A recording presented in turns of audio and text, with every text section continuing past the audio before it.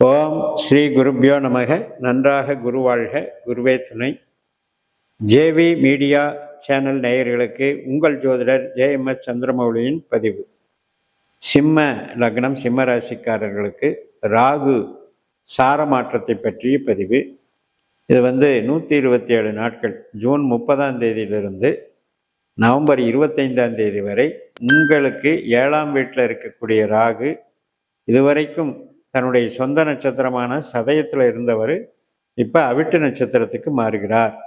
செவ்வாய் நட்சத்திரம் என்பது ஒரு கோப சண்டைக்கார கிரகம். அதில் ராகு ஒரு அடமண்டான கிரகம், அதாவது அதீதமான கோபதாபம், மோகம் எல்லாம் வச்சுட்டு இருக்கிற கிரகம் தான் ராகு. இந்த ராகு செவ்வாய் காம்பினேஷன் அப்படிங்கிறது உலகியல் பிரச்சனைகளுக்கே மிக சவாலாக இருக்கக்கூடியது. ஏனென்றால் 18 வருடத்துக்கு ஒரு முறை இந்த சம்பவம் என்பது நிகழ்கிறது.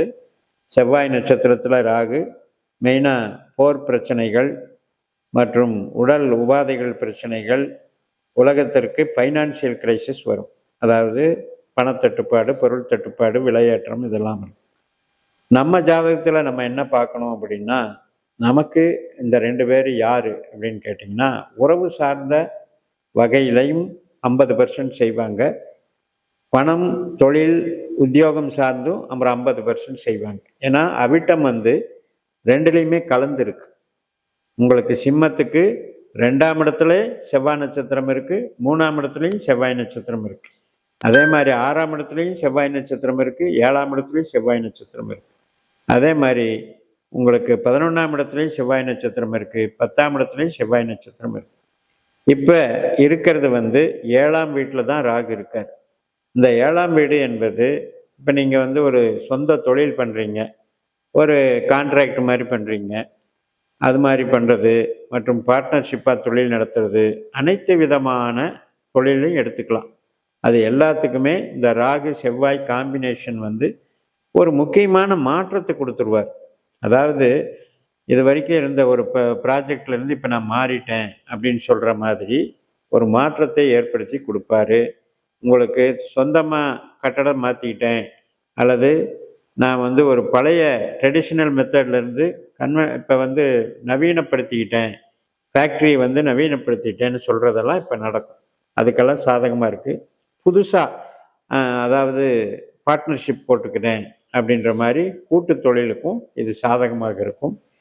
உங்கள் ஜாதகத்தில் ராகு செவ்வாய் 6, 8, 12, 6 ப்ராப்ளம் இல்லை தொழிலுக்கு, உறவுக்கு தான் ப்ராப்ளம். 8, 12 இருந்தது அப்படின்னா நிச்சயமாக இந்த மாதிரி புது முயற்சிகளை செய்யாதீர்கள். அது 8, 12 ராகு செவ்வாய் இல்லாதவர்கள் கண்டிப்பாக இந்த முயற்சிகள் உங்களுக்கு ஸ்டெப் எடுத்தீங்கன்னா வெற்றியை கொடுக்கும். அதாவது எதிர்பாராத தொழில் வளர்ச்சி அப்படிங்கிறது உறுதிப்படுத்தப்படுகிறது. ஏன்னா இது வரைக்கும் சொந்த நட்சத்திரத்தில் இருந்தப்ப நமக்கு வேலை தான் செஞ்சிட்டு இருந்தோம், சர்வீஸ். இப்போ சொந்தமாகவே செய்யறதுக்கு வாய்ப்பை உருவாக்கி கொடுக்கும். புதுசாக வாடிக்கையாளர்கள், புதுசாக கஸ்டமர்கள், புது புது ஒப்பந்தங்கள், புது பாதைகள், இதையெல்லாம் அமைச்சு கொடுக்கறதுக்கு ரொம்ப ரொம்ப அற்புதமாக வேலை செய்யும். அதை ஃபாலோ பண்ணுங்க, நல்லபடியாக நடத்தி கொடுக்கும். உங்களுக்கு சிம்மத்தை பொறுத்த வரைக்கும் செவ்வாய் கிரகம் என்பது உங்களுக்கு புள்ளியில் பார்த்தீங்கன்னா, நீங்கள் பூரா நட்சத்திர புள்ளியில் பிறந்திருந்தீங்க அப்படின்னா செவ்வாயினுடைய ஆதிக்கம் பலமாக இருக்கும். மகம் நட்சத்திரத்தில் பிறந்திருந்தீங்கன்னா அதனுடைய ஆதிக்கம் கொஞ்சம் 50% குறைவாக இருக்கும். பட் எப்படி பார்த்தாலுமே இந்த ராகு திசையோ புத்தியோ அந்தரமோ உங்களுக்கு நடக்கும்போது புதிய தொடர்புகள், புதிய வாடிக்கையாளர்கள், புது ஒப்பந்தங்கள், புது கான்ட்ராக்டு, இதெல்லாம் செயல்பட வச்சு டெவலப் பண்ணும். மூளை உழைப்பு சார்ந்து ஐடி லைனு, கமிஷன் லைனு, இது மாதிரி செய்கிறவங்களுக்கும் நல்லாயிருக்கும். எப்போவுமே 7ஆம் இடம் என்பது சென்ட்ரான இடம். இப்போ 2ஆம் இடமும் 6ஆம் இடம், 10ஆம் இடம், இதுக்கெல்லாம் ஒரு தடையை ஏற்படுத்தாத இடம். அதனால் நமக்கு தொழிலை கெடுக்காது, வளர்ச்சி நல்லா பண்ணும். திருமணம் ஆகாதவர்களுக்கு திருமணத்துக்கும் சாதகத்தை பண்ணும். அதுவும் நல்ல விஷயம். அது ஒரு சில பேருக்கு பார்த்தீங்கன்னா 2ஆம் திருமணமாக கூட பார்த்துட்டு இருப்பாங்க, டைவர்ஸ் ஆனவங்க. அவங்களுக்கும் எல்லாம் வாய்ப்புகள் சிறப்பாக இருக்கும்.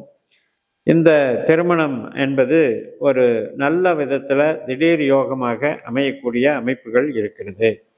மற்றபடி உங்களுக்கு உடல் உபாதைகள் சார்ந்த விஷயங்கள், பிரச்சனைகள் அதுக்கெல்லாம் வந்து ஒரு முடிவுக்கு வந்துடும்.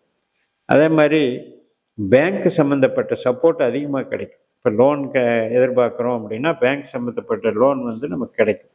தனிப்பட்ட லோன்களை செட்டில் பண்ணுற அளவுக்கு பேங்க் லோனை வாங்கிறதுக்கு வசதிகள் கிடைக்கும். தொடர்ந்து இந்த ராகு என்பது உங்களுக்கு மிகப்பெரிய வளர்ச்சியை தரக்கூடிய ஒரு கிரகமாக இருக்கும்.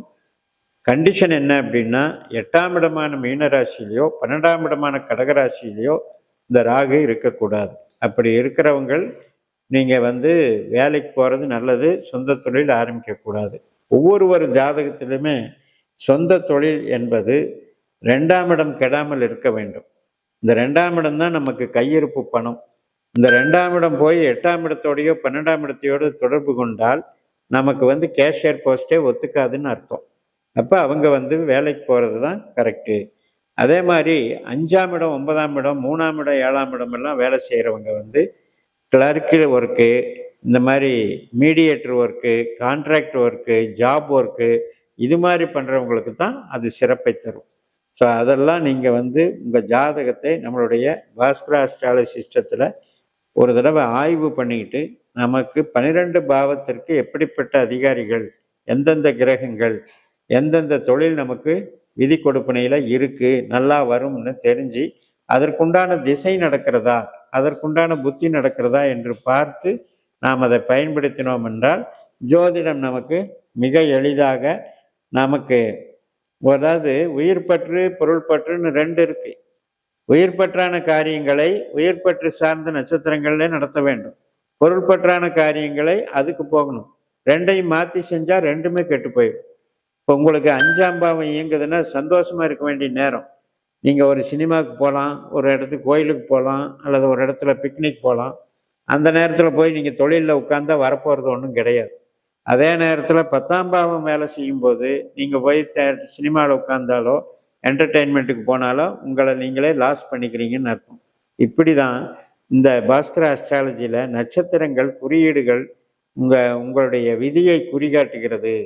அப்போ நமக்கு பணம் கொடுக்குற எந்த கிரகம், தொழில் கொடுக்கறது எந்த கிரகம், என்ஜாய்மெண்ட்டுக்கு எந்த கிரகம், கஷ்ட நஷ்டம் கொடுக்கறது எந்த கிரகம்னெல்லாம் நம்ம ஜாதகத்தை அனலைஸ் பண்ணிவிட்டு அந்த வகையில் இந்த ராகுவானவர் உங்களுக்கு எப்படிப்பட்ட கிரகம் என்பதை நீங்கள் தெரிஞ்சுக்கணும். 3, 7, 11 ராகுனுடைய பொட்டன்ஷியல் இருக்குது. ஆனால் உங்கள் ஜாதகத்தில் அவர் வந்து எப்படி இருக்காருன்னு பார்க்கணும் இல்லையா? 8ஆம் இடம் 12ஆம் இடத்துல இருந்து திசை நடத்தினாங்கன்னா உங்களால் முன்னேற முடியாது. ஸோ அந்த வகையில் ஆய்வுகளை பண்ணிக்கோங்க. இந்த 8-12 மறையாத நபர்களுக்கு இந்த செவ்வாய் சாரத்தில் போகக்கூடிய ராகு புதிய மாற்றங்களை உண்டு பண்ணி புதிய நபர்களை சந்திக்க வைத்து புதிய பாதையில் பயணிக்க வைத்து வெற்றி பெற வைப்பார் என்று சொல்லி நிறைவு செய்கிறேன். இந்த சேனலை சப்ஸ்கிரைப் பண்ணி ஷேர் பண்ணுங்கள். உங்கள் தனிப்பட்ட ஜாதக பலாபலன்களை என்னுடைய வாட்ஸ்அப் நம்பரில் தொடர்பு கொண்டு பலன் பெறுங்கள். உங்களிடமிருந்து விடைபெறுகிறேன். உங்கள் JMS. நன்றி, வணக்கம்.